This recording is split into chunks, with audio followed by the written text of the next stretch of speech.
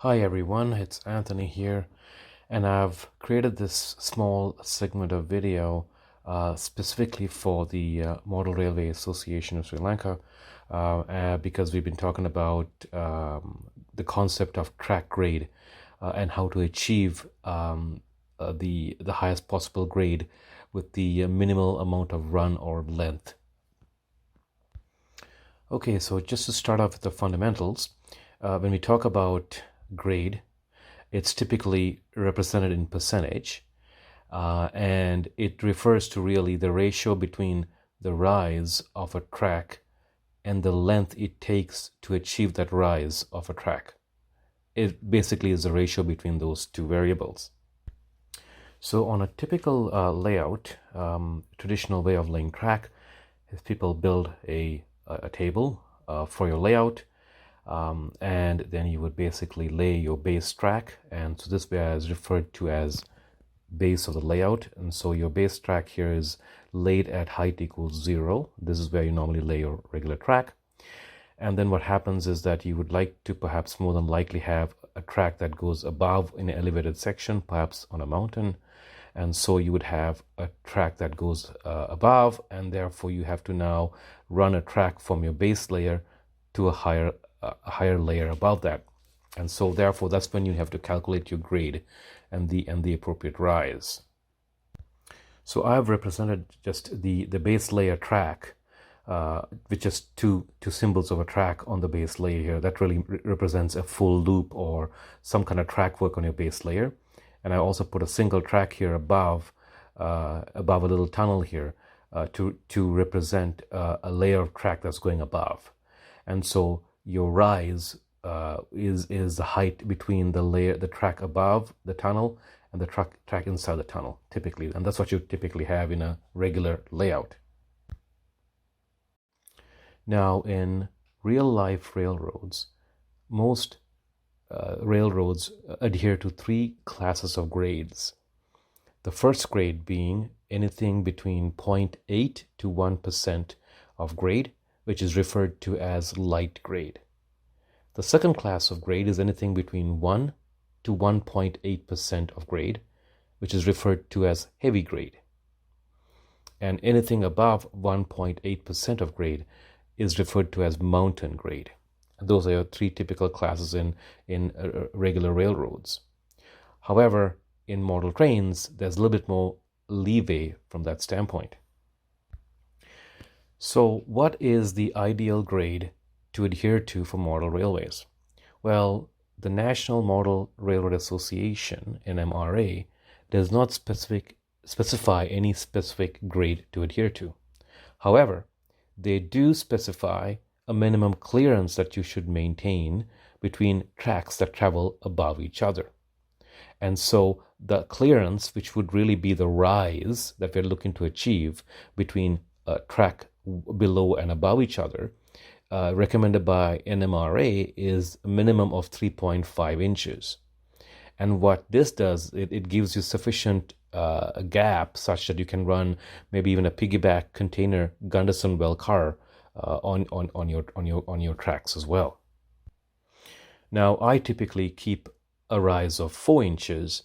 I give myself a little bit more leeway, and this way, basically, you can address any kind of consist that you run on your model train railways.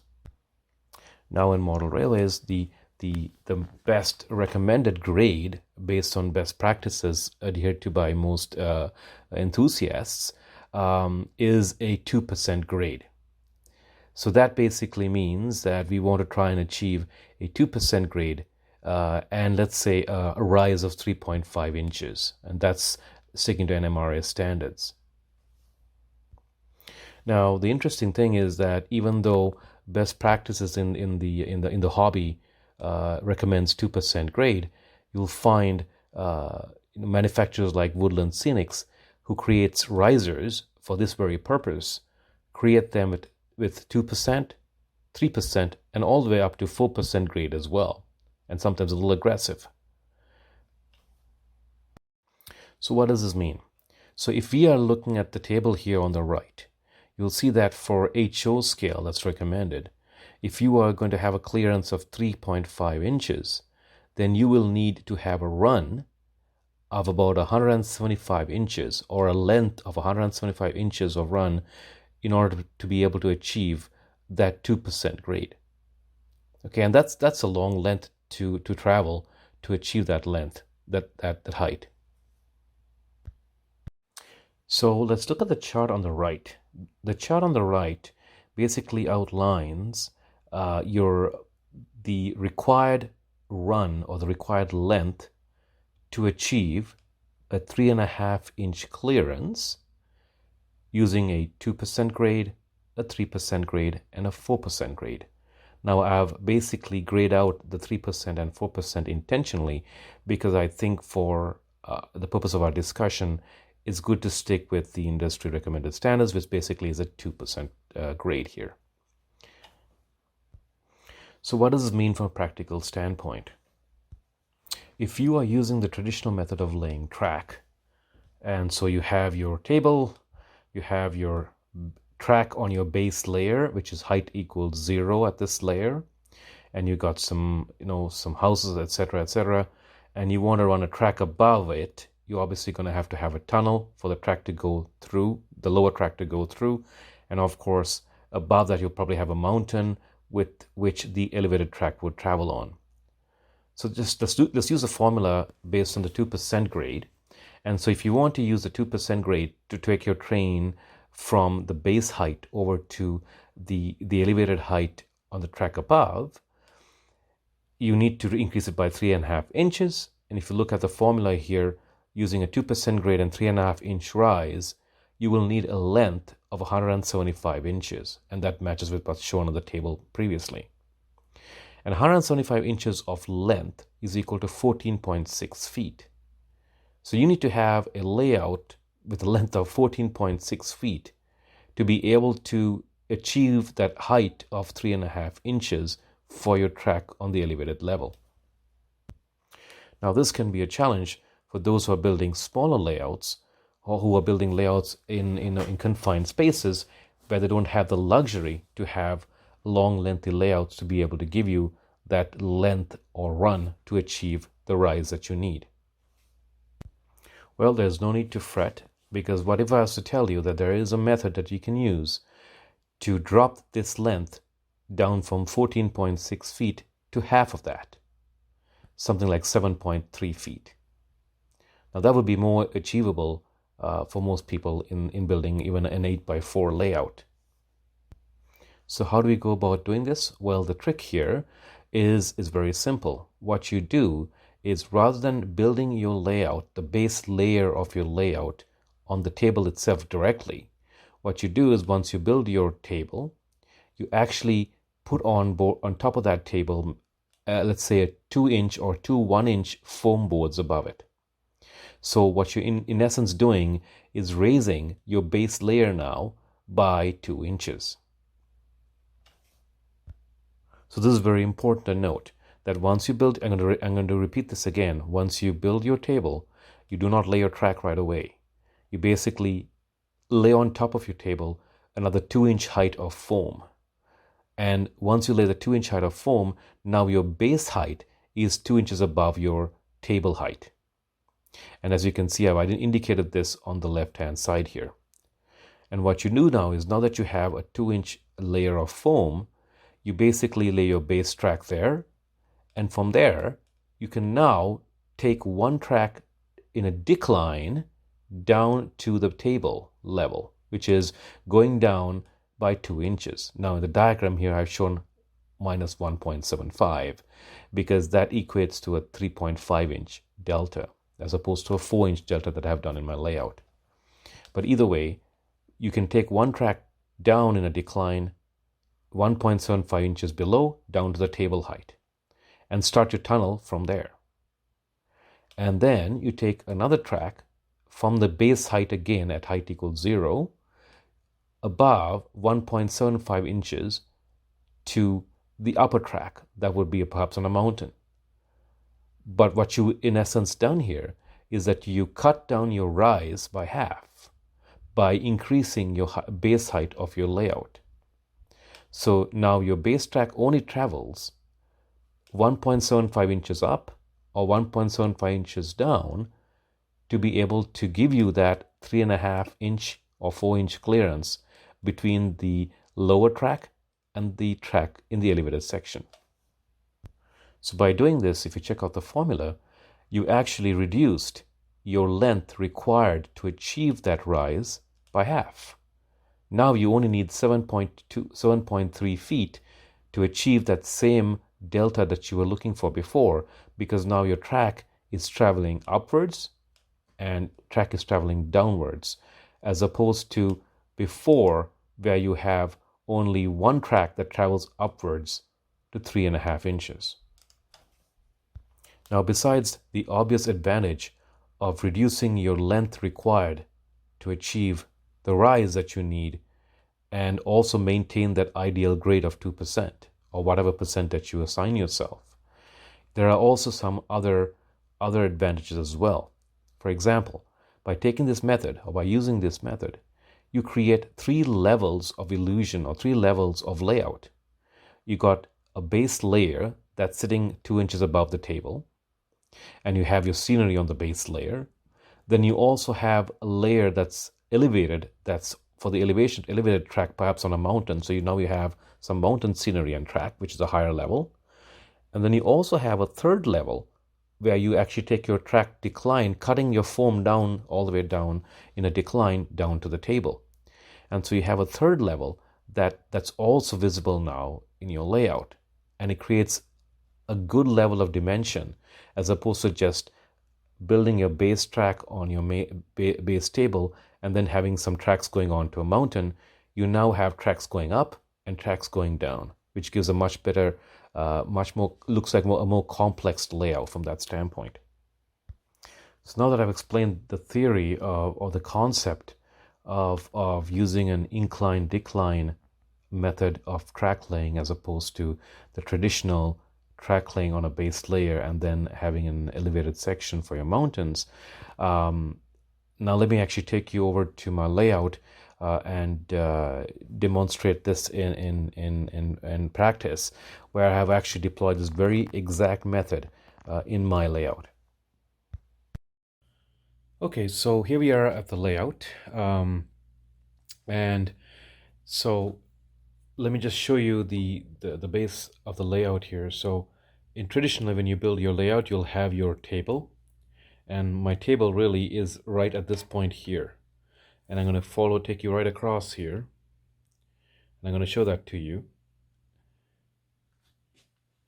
And here you can see the table, right? So the table is flush with this green valance that I have in the front here, right? And so this is a base table. Now, as you notice, as most people would actually start laying their track on the table, I did not do that. I basically added 2 of these foam boards, and I'm going to take you right across, and as you can see, here's the second foam board visible. So I've added 2 1-inch foam boards on top of the base of the table. That gives me a 2-inch additional lift above the base. And now here is my new base head that I'm calling for my layout. This is what I call the base of the layout height equals 0, according to your diagram. So here, because I have this as my new base, as you can see, I have the ability to go down 2 inches down to the table if I need to with a track. And I can also go above as much as I want. So as you can see here, all my tracks are laid out on the 2-inch foam that's above the base, above the wood. And this is height equals 0. And because of that now, I have the ability to bring a track, so the outer track here, as you can see, I have the ability to bring that one down all the way across here. And you can see the foam is tapering down little by little, right? And now I'll be down to 1 foam pretty soon. So as you can see, this track now comes down all the way down, to the height of the table. So I've dropped my track by 1.75 or 2 inches. And so if I was to use a reference here, this is where my track was on the other side. I've dropped it down exactly half that height from here to here. And so the good thing is I'm only coming down 1.75 inches, or 2 inches in my case, because I have a 4-inch clearance. I'm coming down 1.75 inches with the length that I have, as opposed to going all the way 4 inches. All right, so as the outer track went from height equals 0, the base, all the way down to the table, which is a 1.75 or 2-inch decline. The middle track, I took it from the base, which is here, reference point is here roughly. I took it 2 inches above and brought it up to this height here. So my middle track, even though it's got the illusion that it's really, really high, it only has traveled from here to here, which is actually a 2-inch rise. So I was able to use the entire length, or the entire run, from here all the way to here, to only climb 2 inches. But by doing so, I've actually achieved the clearance I need for one track to go above the other. I've got myself a easy 4-inch clearance with only traveling 2 inches above and 2 inches below. So both these outer and middle tracks now have a very reasonable grade because of this technique. And if you notice my innermost track, my innermost circuit, this one here, this one I've actually kept it level on the base level, which is height equals 0, which is really 2 inches above the wood.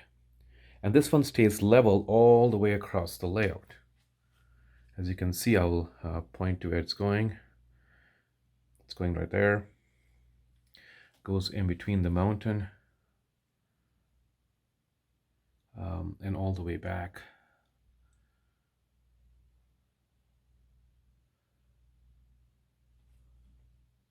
All the way back and around at that height equals 0 level.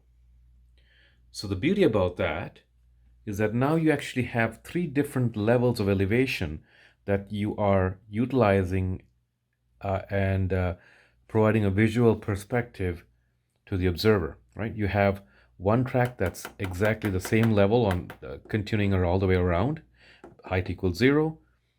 We have a track that's actually climbing by 2 inches. You have a track that's actually declining by 2 inches. And so if you look at it from here, you have an interesting perspective. You can see 3 different tracks at 3 different heights. One at base layer, one going 2 inches above, one going 2 inches below. And so I can easily just have one locomotive, traverse this entire layout without struggling at all, because the gradients are so mild. So I hope this explanation was clear. And if you have any questions, just DM me on WhatsApp through the Railroad channel. All right, thank you.